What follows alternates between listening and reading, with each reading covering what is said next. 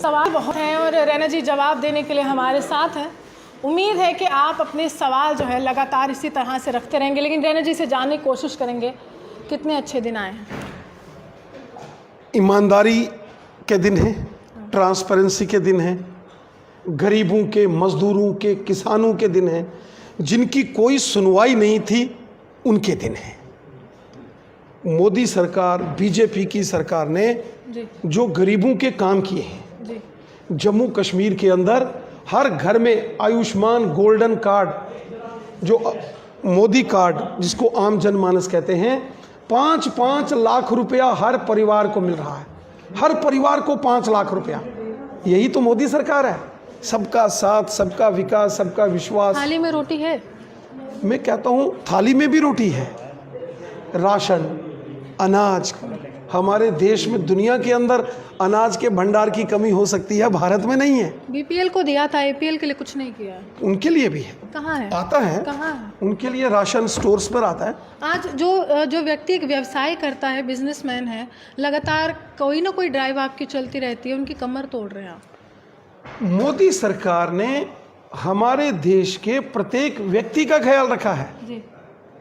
जो लाभकारी योजनाएं आम जनमानस में, आखिर मोदी साहब एक बटन दबाते हैं तो किसानों के खातों में 6-6 हज़ार रुपया आता है ना।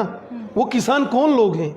गरीब, मजदूर, जो कभी उधार के लोन पर पैसे उठाते थे, कर्ज, और खाद और बीज खरीदते थे तो फसल लगाते थे। आपकी सुरक्षा में कितने लोग तैनात? आज आप मुझे ये बताइए। हमारी सुरक्षा छोड़िए, मेरे को किसी का डर नहीं है कि हमें कोई, मैं डर की बात नहीं करी, मैं उन लोगों की मैं बात फौजी हूँ, कमांडो हूँ, जो सुनिए, मैक्रो कमांडो रहा हूँ। मैं आपकी कहते हैं कि वो बहादुरी के चर्चे सुन चुकी हूँ, अच्छी बात है।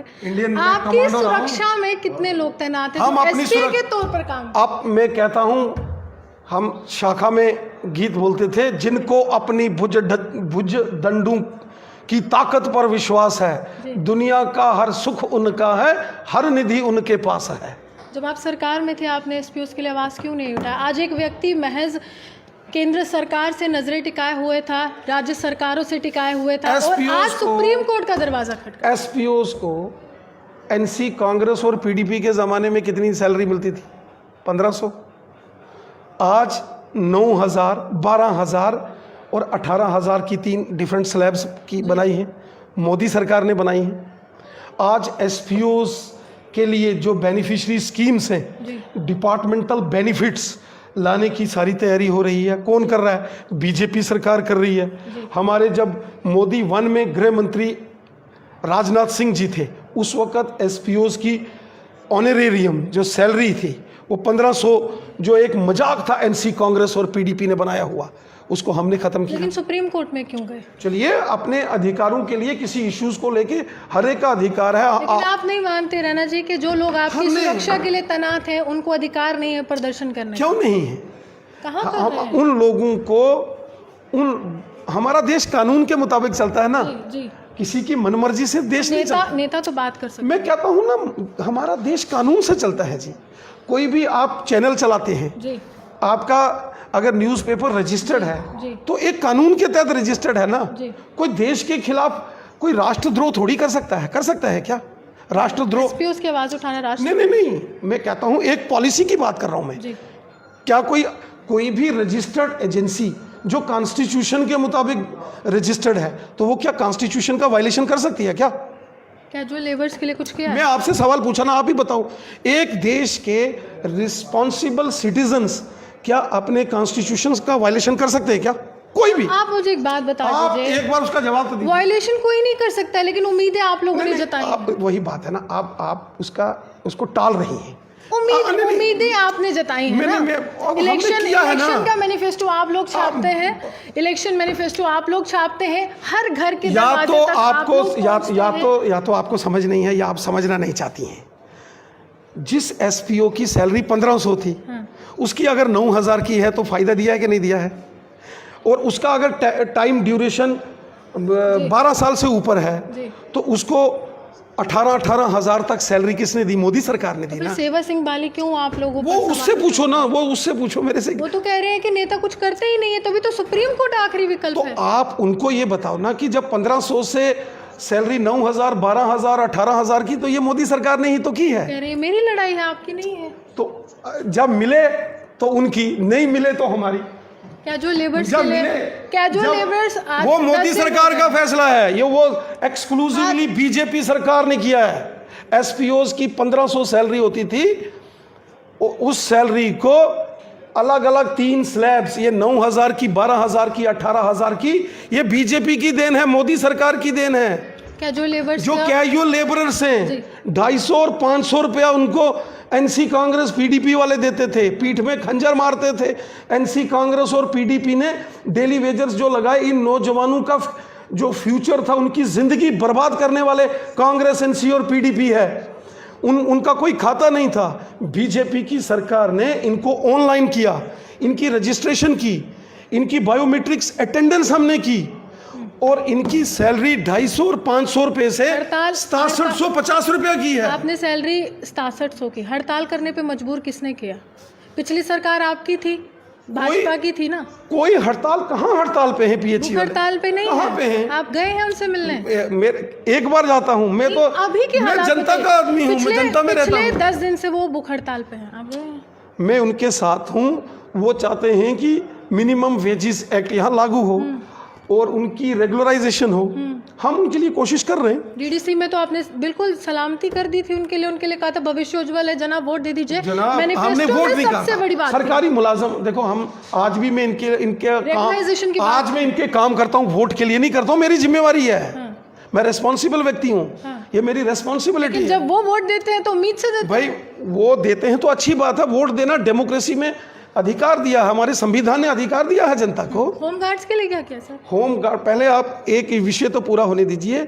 इसीलिए पहली बार ये जो डेली वेजर्स है जम्मू कश्मीर में 28 अलग अलग डिपार्टमेंटों के, इनकी अगर किसी ने दिल से, मन से चिंता की तो वो बीजेपी है, हमने की। एनसी कांग्रेस पीडीपी ने तो इनका गला जबा किया, इनके गले काटे, इनके बच्चों के साथ नाइंसाफियां की।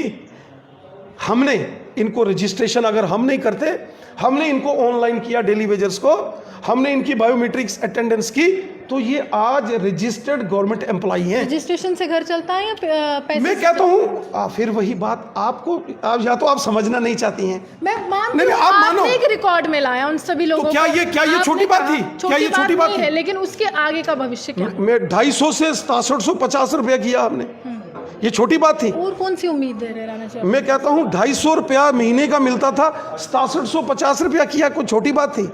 इनकी बायो उम्मीद क्यों नहीं? डीडीसी चुनाव में उम्मीद क्यों? भाई क्यों नहीं, हम इनके लिए क्यों हम इनका काम नहीं करेंगे? क्यों नहीं करेंगे? क्यों इनके मसले हल नहीं करेंगे? भाई हर दिन भूख हड़ताल पे है, हर कैजुअल लेबर भूख हड़ताल पे है। कोई कैजुअल, ये आप पता नहीं कहाँ, आपको शायद जानकारी नहीं है। अगर ये सारे कैजुअल लेबरर्स स्ट्राइक पर चले जाए ना, गवर्नमेंट की मशीनरी डिफंक्ट हो जाती है। अगर वो स्ट्राइक पर जाते हैं, आप लोगों के ही अधिकारी उनको वापस बुलाते हैं कि जनता के लिए आप। अधिकारी मेरे नहीं है, मैं बीजेपी का प्रदेश अध्यक्ष हूँ, पॉलिटिकल पार्टी का अध्यक्ष हूँ। डायरेक्टली इनडायरेक्टली केंद्र ने नियुक्त किया है उपराज्यपाल को, और कहीं ना कहीं सबसे ज्यादा हमारा काम है ना। मैंने इन सबको अपने साथ लेके उपराज्यपाल जी से मिलता हूँ, इनके मसले के लिए मैं ही बोलता हूँ।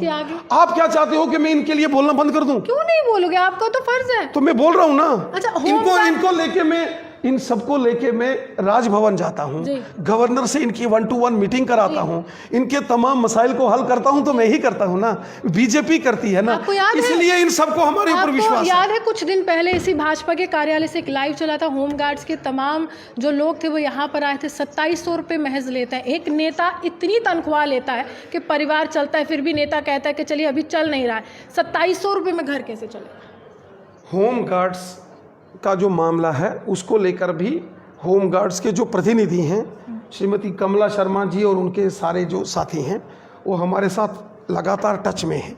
हम उनके मसले को लेकर, मैंने होम सेक्रेटरी, जो जम्मू कश्मीर के होम सेक्रेटरी हैं, जिस दिन की आपने बात की ना, यहाँ आए थे, शायद उसके बाद आपने उनका इंटरव्यू नहीं किया।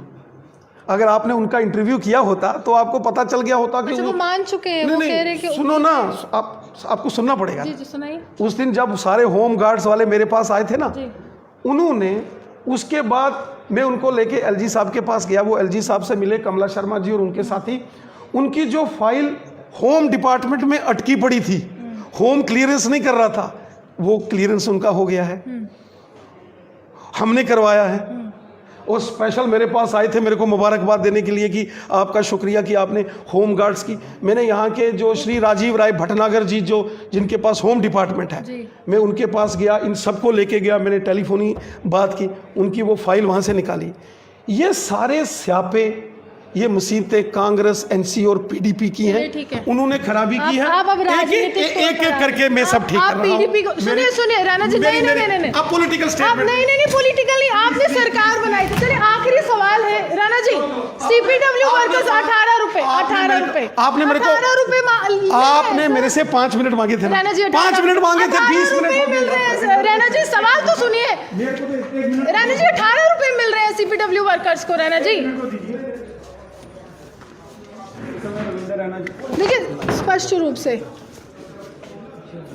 कोशिश कर रहे हैं कि जो सीपीडब्ल्यू वर्कर्स हैं, कंटिंजेंट पेड वर्कर्स हैं, उनको महज 18 रुपए मिल रहे हैं। क्या इससे परिवार चलेगा? क्या इससे सच में परिवार चलेगा? बहुत से लोग जो हैं यहाँ पर मिनिमम वेजेस एक्ट की बात कर रहे हैं, लेकिन लगातार मैं कोशिश करती रहूँगी कि ये सवाल जो है, क्योंकि बहुत से दर्शक मेरे साथ जुड़े हुए हैं, मैंने हर नेता का इंटरव्यू किया है, सबसे सवाल करने की कोशिश की है, लेकिन इस बार क्या ये सही रवैया है कि हम सवाल कर रहे हैं, आप जवाब नहीं दे रहे हैं? हमें कहा जा रहा है कि आप 5 मिनट का समय आपने मांगा, लेकिन जनता के मुद्दे ही इतने हैं कि 5 मिनट काफ़ी नहीं है। किसी भी व्यक्ति का जीवन 5 मिनट में थमता नहीं है। किसी भी व्यक्ति को 5 मिनट में अगर आप कहेंगे कि आप अपने पूरे जीवन की परेशानी सुनाइए, जनाब 5 मिनट नहीं लगते हैं। बहुत से डिपार्टमेंट से बहुत से लोग हैं, एसपीओ हैं जो इनकी सुरक्षा के लिए तैनात है, लेकिन उनके परिवार के लिए क्या? आज सुप्रीम कोर्ट का दरवाज़ा खटखटा रहे हैं। डेली वेजर्स हैं जो निरंतर ये कह रहे हैं कि कोई हड़ताल पे नहीं है, शायद ये वहाँ पर पहुँचे नहीं हैं, वो भी यहाँ पर बिल्कुल सबके समक्ष आ रहे हैं। रेबरी खेल से जुड़े बच्चे हैं, 3000 रुपये प्रति माह ले रहे हैं, और 3000 रुपये जो प्रति रुपये ले रहे हैं। अब ये सब बातें मैं 5 मिनट में कैसे करूँ? पॉसिबल है? और आप ये मुझे बताइए कि सच में पॉसिबल है कि मैं 5 मिनट में इतने मुद्दे गिना दूँ? Is it possible?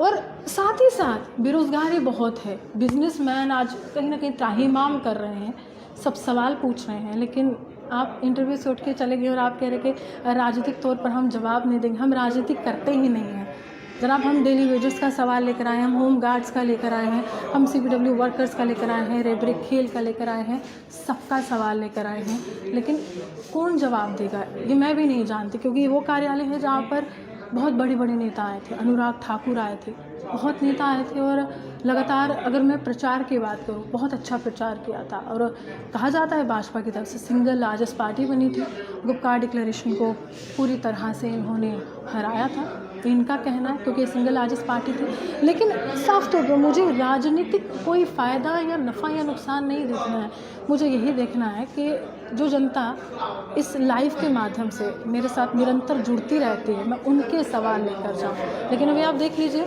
ये भाजपा का कार्यालय है और राणा जी बिल्कुल कमरे के अंदर हैं और कह रहे हैं कि आप 5 मिनट का समय लेते लेते बहुत समय ले चुके हैं। लेकिन ठीक है, क्योंकि मिनिमम वेजेस एक्ट कब लागू होगा ये मैं भी नहीं जानती, सरकार इनकी है। अगर मैं कहूँ उपराज्यपाल डायरेक्टली इन्हीं के हैं, लेकिन कब ये तमाम मसले हल होंगे ये मैं भी नहीं जानती। और निरंतर मेरी कोशिश रहती है। इससे पहले मैं अगर कहूँ तो निर्मल सिंह जी से मैंने सवाल करने की कोशिश की थी, और तब भी मैंने यही कहा था कि कब होगा मिनिमम वेजेस एक्ट लागू। जवाब आपके सामने है कि फर्स्ट कैबिनेट मीटिंग या फिर मुख्यमंत्री बना दीजिए तो हम तमाम मसले हल कर देंगे। मैं नहीं जानती कि अगली सरकार किसकी होगी और किसकी नहीं होगी, ये मेरे हाथ में भी नहीं है और ये जनता के हाथ में ज़रूर है, लेकिन सवाल बहुत बड़े हैं और जवाब कौन देगा। केंद्र से नेता जब आते हैं वो प्रचार तो करते हैं, लेकिन असल मुद्दों को भुनाते नहीं हैं, असल मुद्दों को सबके समक्ष नहीं रखते हैं।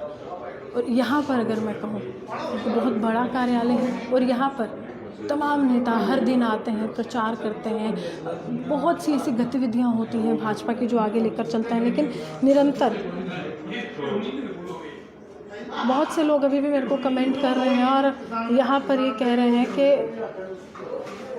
लगातार सवाल आप करते रहिए, लेकिन सवाल मैं कैसे करूं, जवाब देने वाला ही उठ गया है, मैं कैसे सवाल करूं। मैं नहीं जानती मैं किससे सवाल करूंगी, लेकिन बहुत से ऐसे मुद्दे थे और बहुत से सवाल मेरे जहन में थे।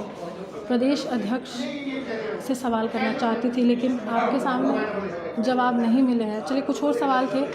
बेरोज़गारी का मुद्दा था, मैं करना चाहती थी, लेकिन कह रहे हैं कि 5 मिनट का समय दिया गया, आपने समय ज़्यादा लिया है। उसके बाद पेट्रोल डीज़ल के दाम बढ़े हैं, आम आदमी की जीवन से जुड़ा हुआ है, 5 मिनट में ख़त्म नहीं होगा, क्योंकि जब घर में आप जाते हैं तो परिवार होता है और आपके जेब में पैसे नहीं होते हैं, तो आप सिर्फ ये नहीं देखते कि 5 मिनट में जेब भर जाएगी। जेब में पैसे आने के लिए बहुत मेहनत लगती है, बहुत मजदूरी करनी पड़ती है। और अगर मिडिल क्लास की बात की जाए, इस समय मिडिल क्लास ही है जो काफ़ी ज़्यादा त्राहिमाम कर रहा है। लेकिन आप देख लीजिए, बहुत से सवाल थे। रबड़ी खेल का सवाल छूट चुका है, अनएम्प्लॉयमेंट का छूट चुका है, बहुत सवाल थे। कुछ सवालों के जवाब आपके सामने हैं, कुछ सवालों के जवाब आपसे नहीं मिले हैं, लेकिन फिर भी अभी भी इसी कमरे में मौजूद हैं राणा जी और यहीं पर हैं। लेकिन ठीक है, कोई बात नहीं। मेरा काम था सवाल करना और जवाब देना इनका काम था। चलिए, साफ तौर पर जो दर्शक मेरे साथ जुड़े हैं, आपने खुद ही लाइव के माध्यम से देखा, मैं कोशिश कर रही थी सवाल करने की, लेकिन जो भी हुआ वो आपके समक्ष था। आप यूँ ही हमारे साथ जुड़े रहिए और मैं उम्मीद करूँगी कि इस वीडियो को ज़्यादा से ज़्यादा आप लोग शेयर करेंगे, कमेंट करेंगे और सवाल ज़रूर